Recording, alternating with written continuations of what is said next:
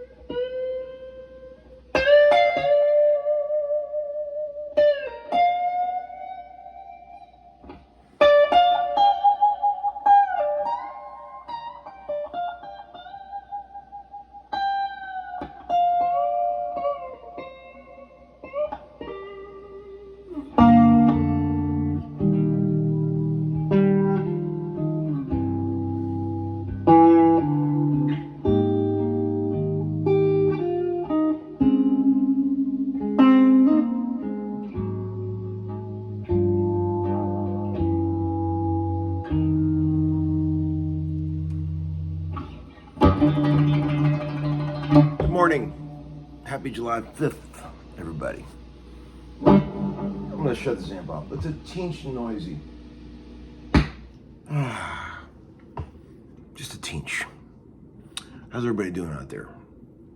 I hope you survived the 4th of July mayhem. We had an absolute blast last night. Got together with some friends over at my dear beloved ex-wife's house. That whole neighborhood over there turns into a massive block party on Halloween and on 4th of July. And there was a shit ton of people out in the street blowing shit up. It was awesome. It was like so beautifully American. I was loving it. Everyone sitting on lawn chairs, not looking at their phones, just being in the moment while kids run around, beers getting cracked, blowing a fucking ton of fireworks up. It was awesome. I was so proud of my dear beloved Marshall, 12 years old. He was like the master of ceremonies with the fireworks. He was running the show. We had a big ass wagon full of like $600 worth of explosives, and I chipped on it, and Sarah chipped on it, and he just systematically went through and put on a beautiful show for everybody. I wasn't even nervous at all. Like, he's such a pro. 12-year-old, you know, and I'm thinking to myself, boy, I hope I taught that boy right. But he's great. He's respectful, and he was so happy when it was over, man. We were driving home, and he was like, that was the best 4th of July ever, Dad. I think it makes him proud to be able to run the show like that. Nobody complained. Not even his mother. He did a beautiful job, and everybody had fun. Hope you did too. You know, 4th of July is a pretty cool holiday when you think about it. It would be amazing if it wasn't right in the middle of fucking summer. Think about how awesome 4th of July would be if it was like in October. The 4th of July of October. It would be awesome. I think all holidays should be in late October. Put them all like back to back. Halloween, 4th of July, Thanksgiving. You know, that'd be awesome. Anyway, just checking in. I got some VCB. I know I've been posting a lot lately.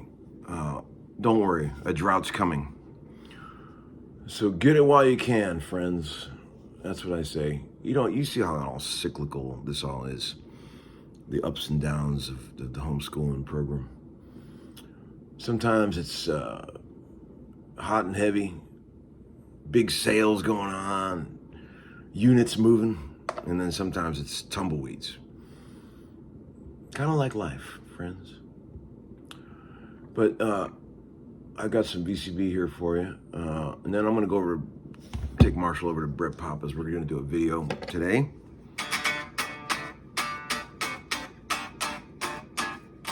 Got the old Strat out. 65 Lake Placid Blue. What a cool guitar. I did notice it's choking. Right there. That one fret.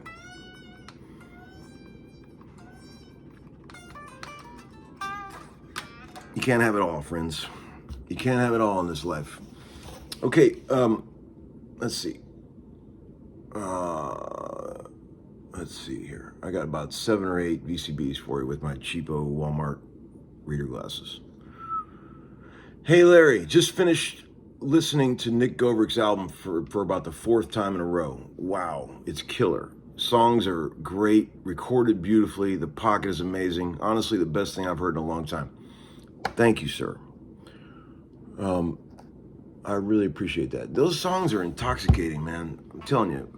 If you guys haven't checked out my friend Nick Goverich's album, Govrik, it's really good, man. I mean, I swear to God, I'm not just saying this because I helped make it. I don't give a fuck. I have gotten to this point in life where I am so not biased. I don't care if I did it or someone else did it. As long as it's good, I'm happy.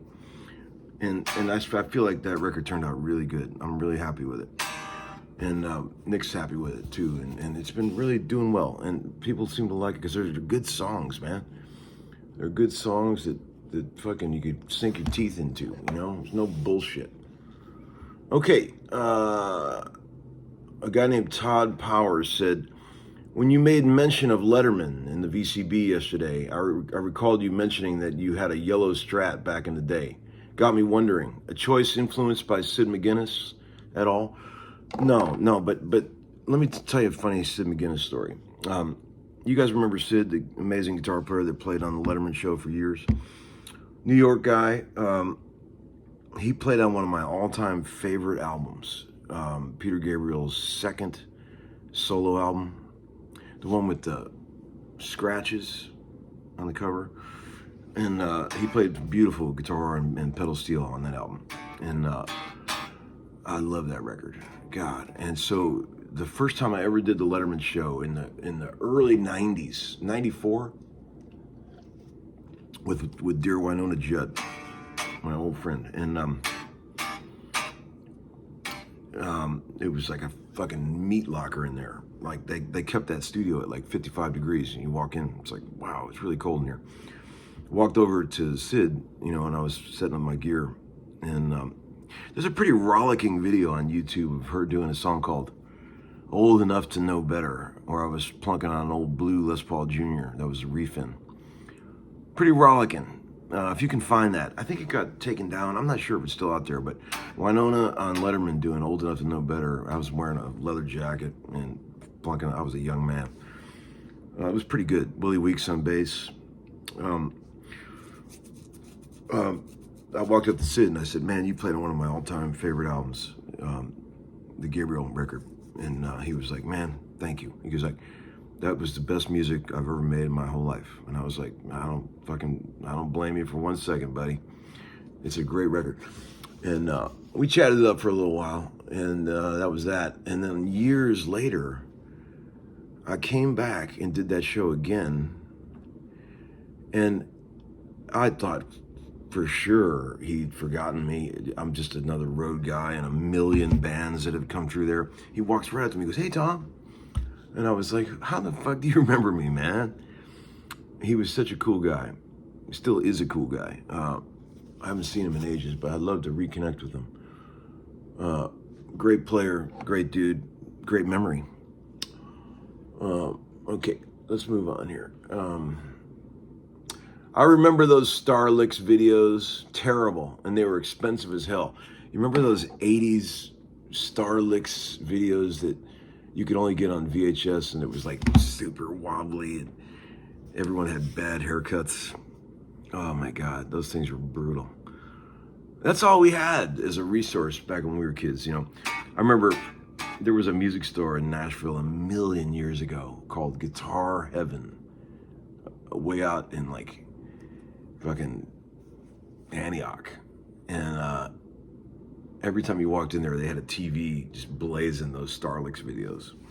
Everyone, like, they had them all on rotation. They should have called it Bad Haircuts Licks. But that's all we had, and we were glad to have it.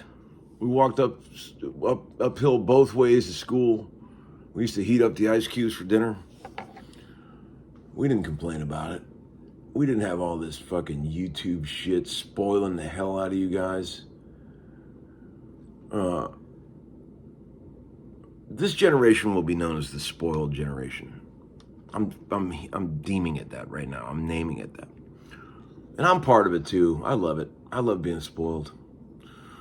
Here's a note that came in today from Brett Papa. He wrote this to me in a text, and I hope I'm not betraying his confidence by reading it. It moved me. He said, "Bro, the comments on this course are unreal, man. Never seen so many, and the things they are saying are really incredible. Many people saying this will go down as the gold standard of guitar instruction, and that is the best course they have ever seen. Way to go, man." Man, I appreciate that, Brett. Thank you, buddy. You would know, man. You've done this with a million people, and I'm just a rookie at this game. I don't know, but I'm really glad that we were able to do this. First of all, I'm really glad I did it with you, Brett. You're an awesome dude, and I couldn't imagine it any other way. People have approached me over the years to do these types of things plenty of times, and kind of the same thing with the signature guitar. Those two things, people have asked me a million times, would you like to do a signature guitar or this and that? I'm really glad I did my signature, one and only signature guitar with Duesenberg. I love the instrument. I love the Duesenberg session, man. And I'm really glad I did my course with Brett. No offense to anyone else who asked me. It just seems like the right fit. That's what it's all about in life, is the chemistry. We had a few setbacks along the way as we were making it, but the boy's got a great heart, and he's a good dude, and I trust him. And that's really all that matters. That's all that matters. He's got a great family. Talk about a guy who has a complete life. Brett Papa, man. I mean, it's like the poster of what the American dream can be. He's got this beautiful family, cool little house, cool job, awesome wife who he loves, that loves him. They make great dinners all the time. And it's just awesome. It's really cool. He's got a cool little dog. Chickens. I'm jealous, Brett. You are living the American dream. I've got part of it. I don't have the wife part or the chickens, but I've got some of it. Another guy said, "Hey, Tom, I saw you on a video from 2017 with the Joe Walsh tour wrap-up. Anyway, it was in Cleveland. Very cool video." Funny you should mention that, because boss man Joe just texted me 2 days ago saying he wants to do our annual gig. We do 1 gig a year. It's a grueling schedule. And, he's a big believer in that Vets Aid thing, Veterans Aid. And it's very cool that he does that every year. And I'm always part of that. I've done several of those with him. And it's always good to hear from him, man. He's a funny cat, man. Funny cat, Mr. Walsh. Joseph Fiedler is his real name. Did you guys know that? From Wichita, Kansas. Fiedler. Cool dude he is. Let's see. We got any more? Oh, one last comment from a dear old friend of mine. Said, "The best part of that video yesterday is hearing you say you're at peace in your life. You deserve it." Thank you, love. It's from my dear old friend Rhonda. She's awesome. Thank you. I'm not saying it's permanent peace. I just said it's occasional breezes of inner peace, which is way more than I ever had in the past. These are gusts. I have what you'd call gusts of inner peace that come and go, and it's a very strange feeling for me because my entire life has been agonized turmoil in my brain for 56 years now. So it ain't about money. It ain't about success. It ain't about near death. You know, because you think about it, I always joke around. I've been doing death jokes my whole life. Mortality humor has always been high on my list of humor. I always joke around that, like, in life, I've got one, you know, on your phone when your battery's about to die, you got one bar left in the top corner. That's how I feel about life, you know, and I'm cool with that. I'm not like dreading all that, like, but it definitely informs your decisions of like what you're doing and why you're doing it, you know, because there's no time to waste, you know. I mean, you know, it's like that for all of us, you know. When I was in my 20s, I thought I was, you know, going to live for 1,000,000 years, you know. Well, actually, there was part of me that did, and then there was another part of me that thought I was going to be dead by 40. I always used to joke about that because my dad died very young, and I just kind of had it in my mind that I probably would too, you know. But it's funny, these days are all bonus days. You know, I wake up every morning and feeling good, and I'm like, man, this is another bonus day. It's like, yeah, man, fuck yeah. Let's do something fun. And I'm not trying to live forever. You know, I see people around me that are doing whatever they possibly can to seemingly live forever, spending their whole day working on ways to live longer, which is great. You know, there's a term called biohacking. Have you heard it? Where you basically research ways to that products that you use every day, regular products, things that are wrong with them, you know, ways they're killing you and poisoning you, and then trying to find natural, holistic alternatives to these products, like your toothpaste and your deodorant and all these things, food. You know, everyone says the seed oil that's in everything is killing us, you know. Yeah, sure it is. All the high fructose, all the shit that's killing us. Yeah, I know it is. I try to just eat as good as I can. I've always joked around. You guys have heard me say it. I classify my diet as high-end bar food, which I'm cool with. You know, I don't eat any carbs anymore. I just eat a nice, if I'm gonna have a burger, I just have the burger. No bun. I used to have toast every morning. I don't do that anymore. My only carb intake is my favorite drink. But thank you for saying that, Rhonda. Thank you for being a great friend all these years, and I appreciate you. Love you to pieces. And let's see, what else can I show you for today? That song I was playing at the beginning. Let's turn the app back on.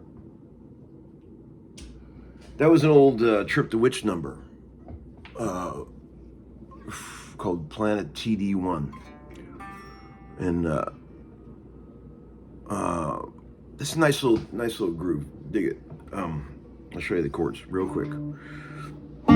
Got a couple of cool voicings. Okay, the song's in I suppose you'd say B flat is the key, although it never plays a B flat.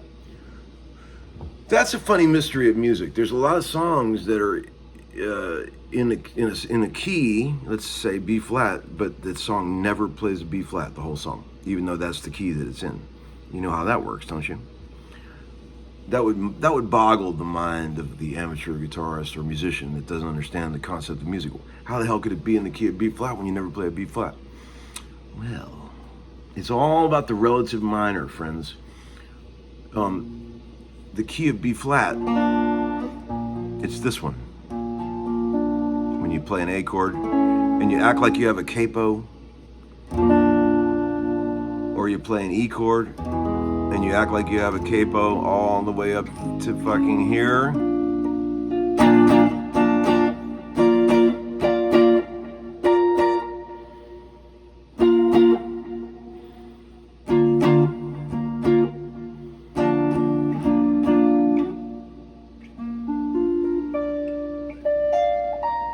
All B flat.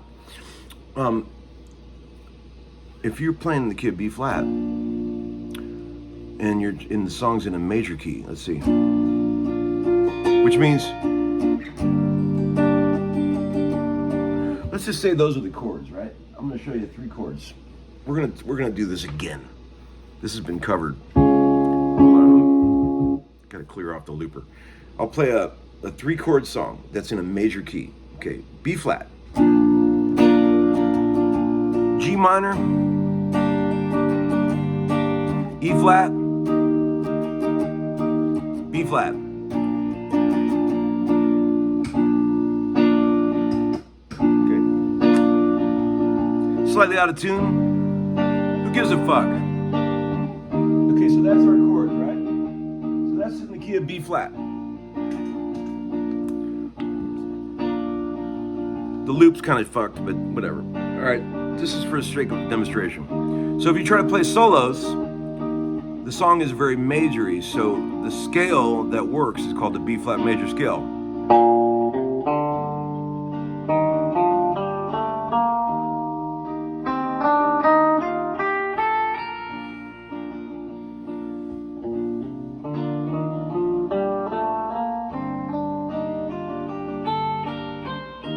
Right?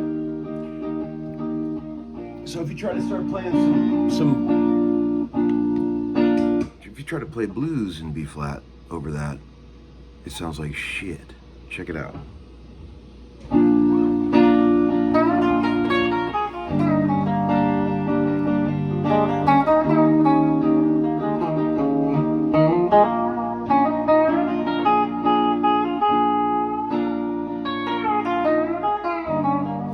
Okay, so Larry, you just said the song's in B flat, and then I try to play my blues in B flat, and it sounds like shit? What the fuck's going on?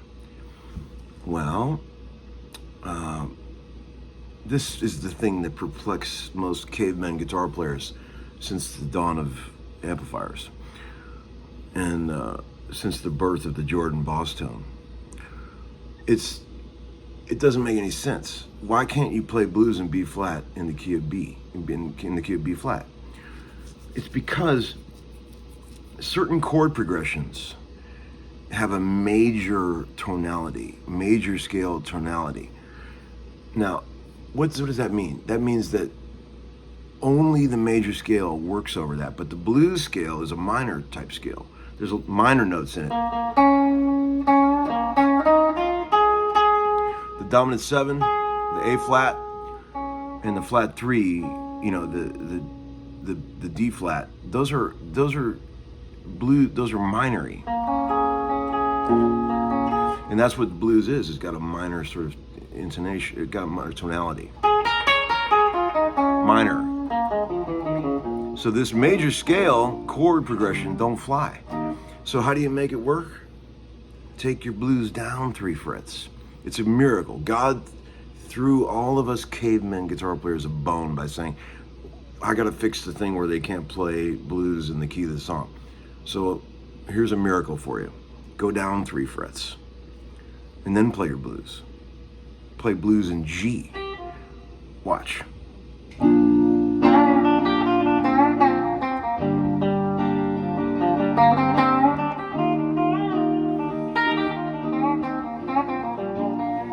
Okay. Holy shit, that sounds good. How does that all work? That's called relative minor. Every major chord has a relative minor chord. It's like the cousin. The major chord is the star of the show, and the relative minor is the weird cousin that's all dark and lives down in mom's basement like Gus. And plays terrible blues gigs at a shitty Chinese buffet with shit tone and terrible singing. So why does it work? It's incredible. It's a gift, really, that you can play your blues down 3 frets and it all works. It's a gift. It's just for cavemen. It's for the simplest, you know, beginning guitar player to understand. Okay, check it out. No, but this.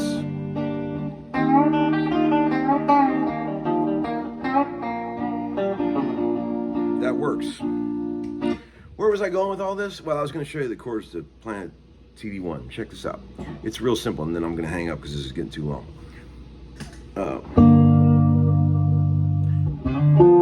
G minor. 3, 5, X, 3.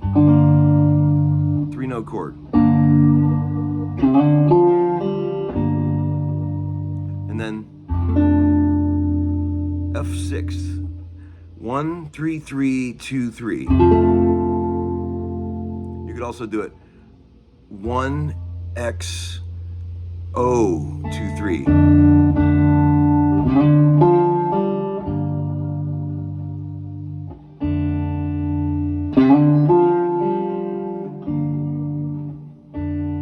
And here's the star of the show. The coolest E flat major 7 in the world. X 1 1 0 3 3. That note is not the root note. It's the lowest note in that chord, but it's also the melody. It goes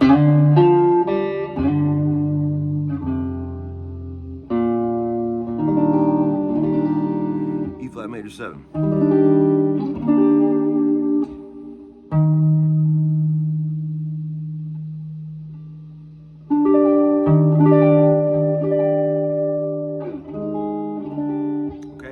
There you go, friends.